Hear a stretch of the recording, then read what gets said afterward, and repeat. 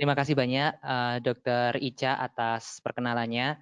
Sebelumnya saya ucapkan selamat siang pada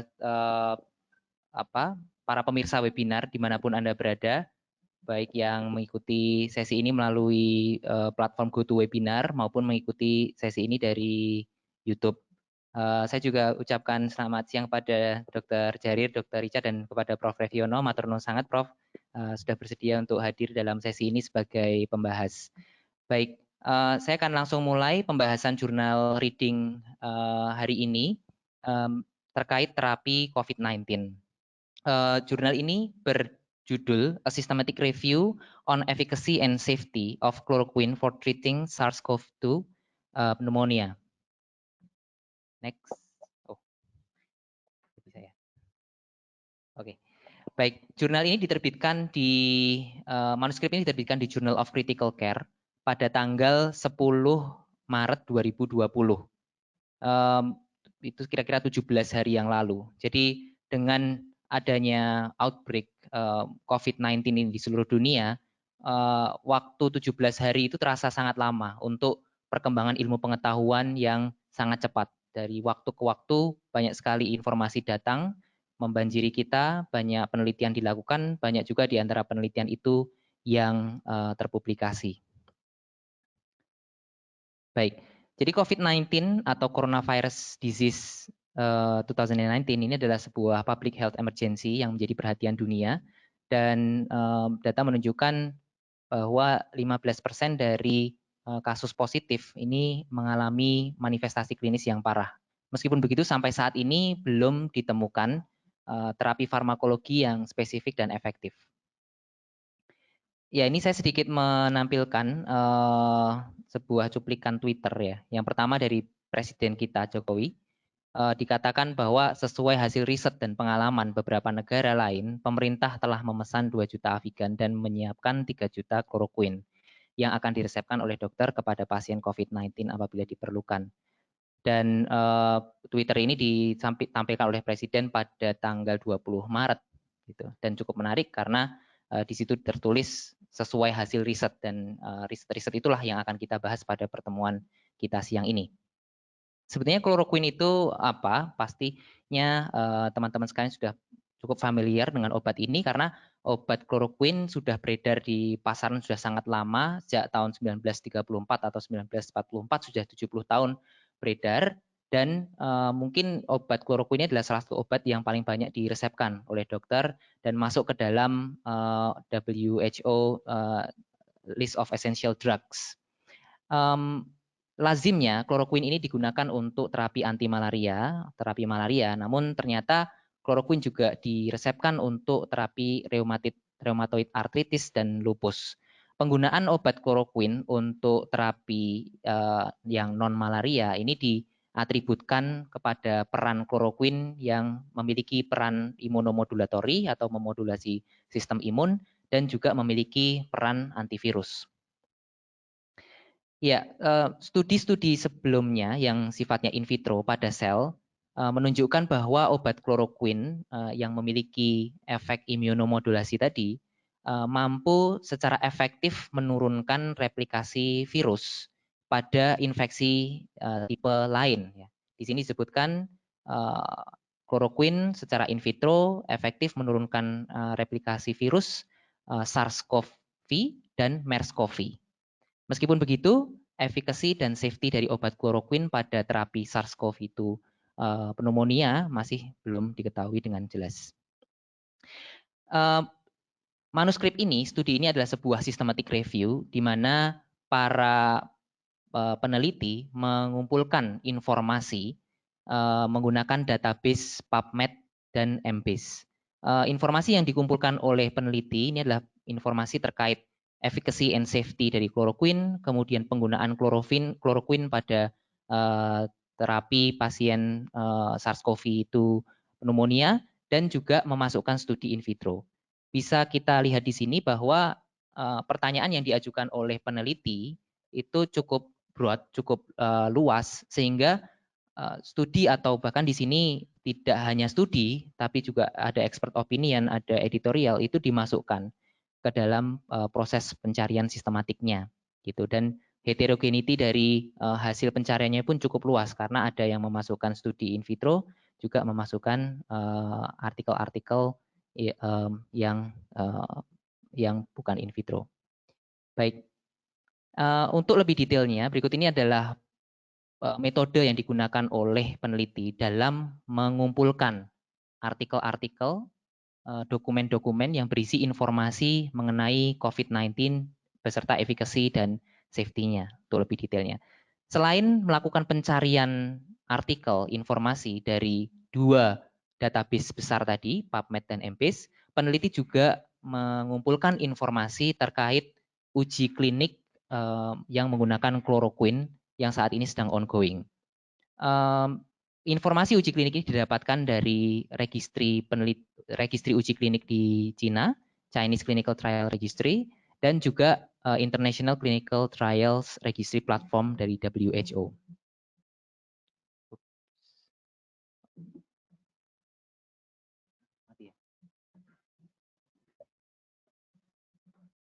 Halo, Dr. Ica, apa masih mendengar saya? Halo? Bisa. Oh, bisa. Oh ya, maaf tadi sempat terputus. Bisa, Baik, bisa. Oh ya, baik. Terima kasih, Dr. Ica. Saya lanjutkan lagi pembahasan artikel ini.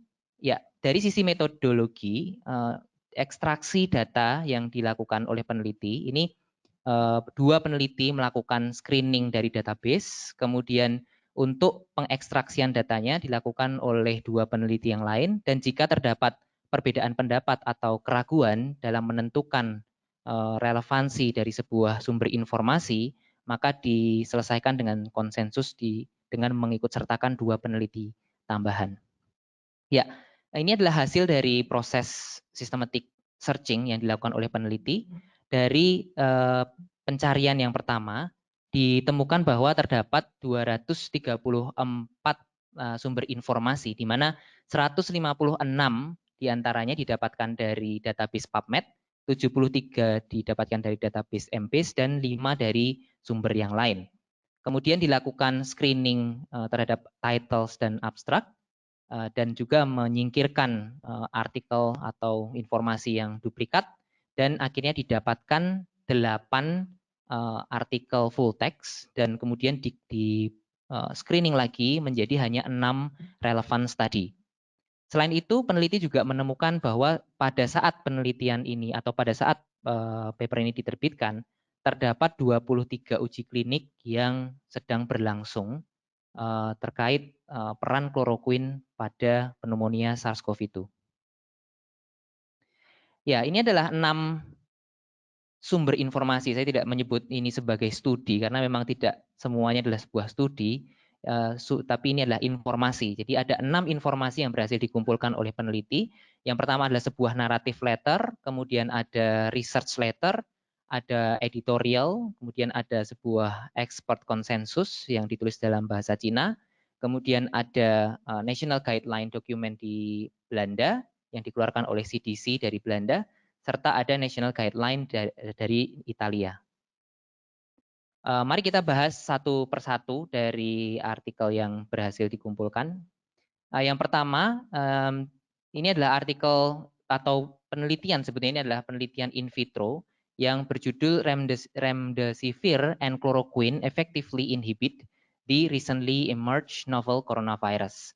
Dalam penelitian ini, penelitian dilakukan oleh peneliti dari Cina dan didapatkan hasil bahwa chloroquine secara efektif menurunkan replikasi virus dengan 90% konsentrasi efektif sebesar 6,9 mikromolar, di mana konsentrasi 6,9 mikromolar ini mudah dicapai dengan standar terapi yang saat ini dilakukan. Kemudian selain itu dari studi ini juga didapatkan bahwa chloroquine memiliki kemampuan untuk terdistribusi ke seluruh bagian tubuh dan mudah mempenetrasi jaringan termasuk di jaringan paru. Kemudian di sini juga diketahui bahwa chloroquine dapat memblok infeksi virus dengan cara mekanismenya meningkatkan pH pada endosmial dan mempengaruhi glikosilasi dari reseptor virus corona ini. Ya, ya, oke. Dan kemudian diketahui juga pada penelitian ini bahwa efek antivirus dari kloroquine ini didukung oleh peran imunomodulasi dari obat kloroquine ini. Nanti untuk mekanismenya kita bisa jelaskan lebih detail di slide berikutnya. Oke, kemudian studi kedua, ini adalah sebuah naratif letter, lagi-lagi dari peneliti di Cina yang melaporkan bahwa saat ini terdapat ada penelitian yang mengikut sertakan banyak center, tertulis di dalam letter mereka, dalam surat mereka, ada 10 hospital yang diikutkan dalam multi-center clinical trial ini, dan mengikut sertakan lebih dari 100 pasien. Dan dari penelitian tersebut didapatkan bahwa efikasi dari obat chloroquine itu baik, dan kemudian tingkat keamanannya juga dapat diterima pada pasien-pasien yang menderita pneumonia berasosiasi dengan COVID-19.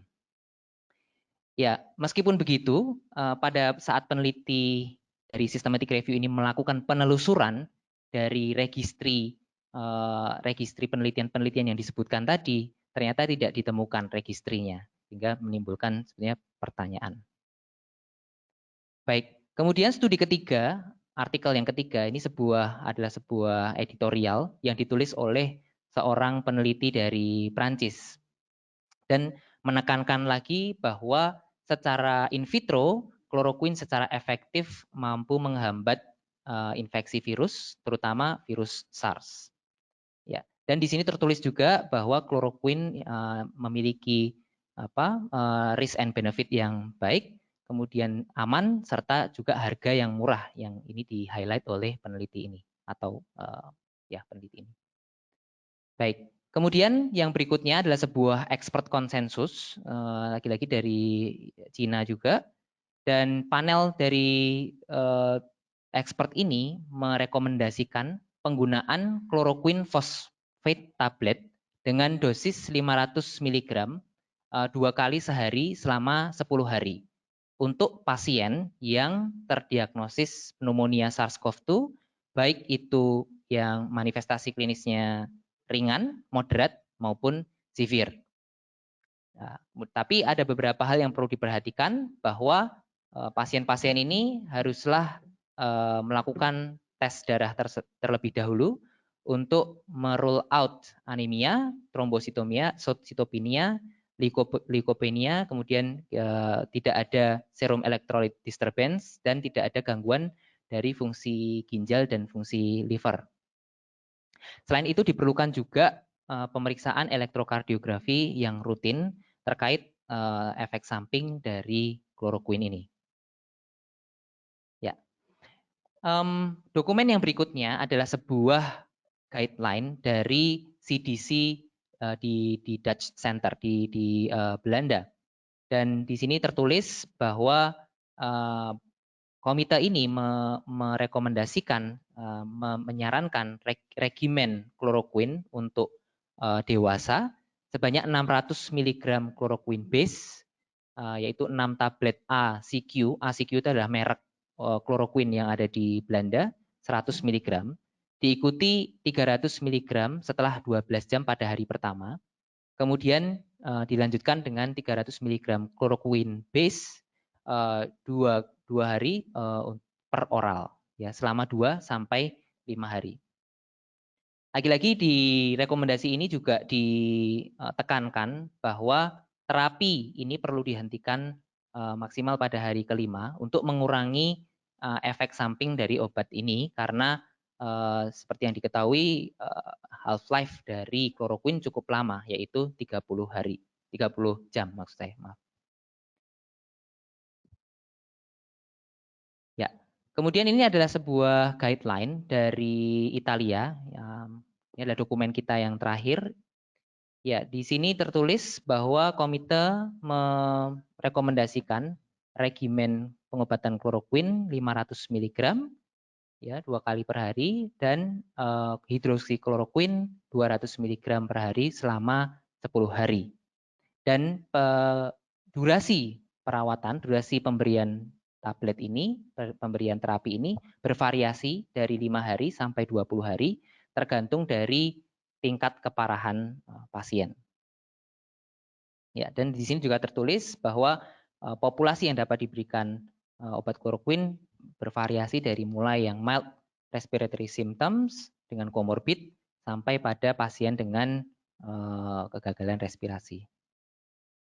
Ya, mungkin teksnya terlalu kecil di layar Bapak Ibu, tapi ini adalah kumpulan dari 23 uji klinis yang saat ini sedang berlangsung. Ya, sebagian besar dilakukan di Cina. Ya, summary dari penelitian-penelitian yang sedang berjalan. Yang pertama, terdapat 23, tertulis bahkan semuanya ada di Cina ya. 23 penelitian, 23 uji klinis yang semuanya dilakukan di Cina. Ke-23 trial ini dilakukan secara terpisah sehingga terdapat variasi yang sangat besar dalam hal tipe studinya, kemudian dari sisi severity of the disease, kemudian juga dari sisi dosis serta durasi dari terapi. Baik, sehingga kualitas dari tiap studi, tiap uji klinis itu juga akan berbeda. Ya, ya maka dari itu pemerintah Cina mengeluarkan sebuah kebijakan bahwa penelitian-penelitian untuk meneliti agen-agen farmakologi dalam hubungannya untuk terapi pneumonia yang berhubungan dengan SARS-CoV ini haruslah dilakukan secara terkoordinasi agar tidak agar lebih efisien dan agar lebih efektif. Selain itu, penelitian-penelitian uji klinik ini dapat merujuk pada sebuah generik protokol untuk RCT yang sudah dikeluarkan oleh WHO. Ya, ada beberapa isu yang perlu kita perhatikan dari sebuah systematic review ini. Yang pertama adalah ethical issue, karena pemberian kloroquine pada setting COVID-19 saat ini masih bersifat eksperimental, sehingga diperlukan sebuah ethical approval atau penggunaan off-label. Dan recommendation dari clinical management untuk terapi pneumonia, jika memang perlu dilakukan sebuah RCT, maka perlu merujuk pada sebuah guideline yang dikeluarkan oleh WHO yang disebut sebagai MEURI atau the Monitored Emergency Use of Unregistered Intervention Framework. Framework ini disusun oleh WHO untuk memfasilitasi uji klinis dalam waktu yang singkat, tapi tetap memperhitungkan atau tetap mementingkan, tetap memprioritaskan aspek etik. Dan perlu diperhatikan di sini bahwa patient safety itu menjadi prioritas dan perlu dilakukan close monitoring. Ya, selain itu, kloroquine masih menjadi obat yang sangat penting pada terapi malaria, sehingga penggunaan off-label untuk terapi pneumonia associated SARS-CoV ini dapat berujung pada kelangkaan obat, dan ini menjadi permasalahan yang baru. Baik, untuk kesimpulannya, nih saya harus baca di sini. Ya, bahwa studi preklinik, studi in vitro menunjukkan hasil yang cukup menjanjikan dan evidence yang cukup kuat yang mendukung efektivitas kloroquine untuk terapi COVID-19. Sedangkan untuk aspek safety-nya, dengan informasi yang didapatkan dari penggunaan kloroquine yang sudah sangat lama, bisa menjustifikasi bahwa penggunaan kloroquine untuk terapi COVID-19 ini aman. Baik. Dan perlu di sini dilakukan sebuah ethical review yang cepat agar uji-uji klinis dapat segera terlaksana untuk menemukan terapi yang efektif. Baik. Jikapun perlu dilakukan sebuah uji klinis, maka perlu merujuk pada sebuah framework yang dinamakan MEURI tadi, agar uji klinik dapat berjalan cepat, namun tetap memperhatikan aspek etik.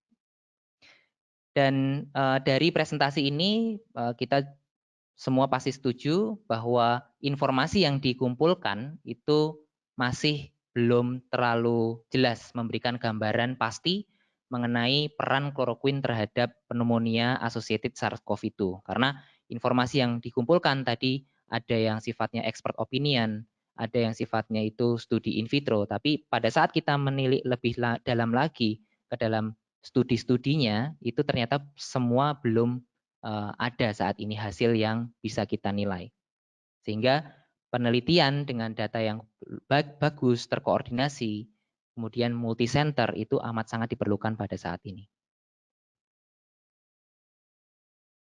Baik, ini adalah referensi yang kami gunakan secara singkat. Saya tampilkan. Baik, terima kasih. Wassalamualaikum warahmatullahi wabarakatuh. Saya kembalikan ke Dr. Ica.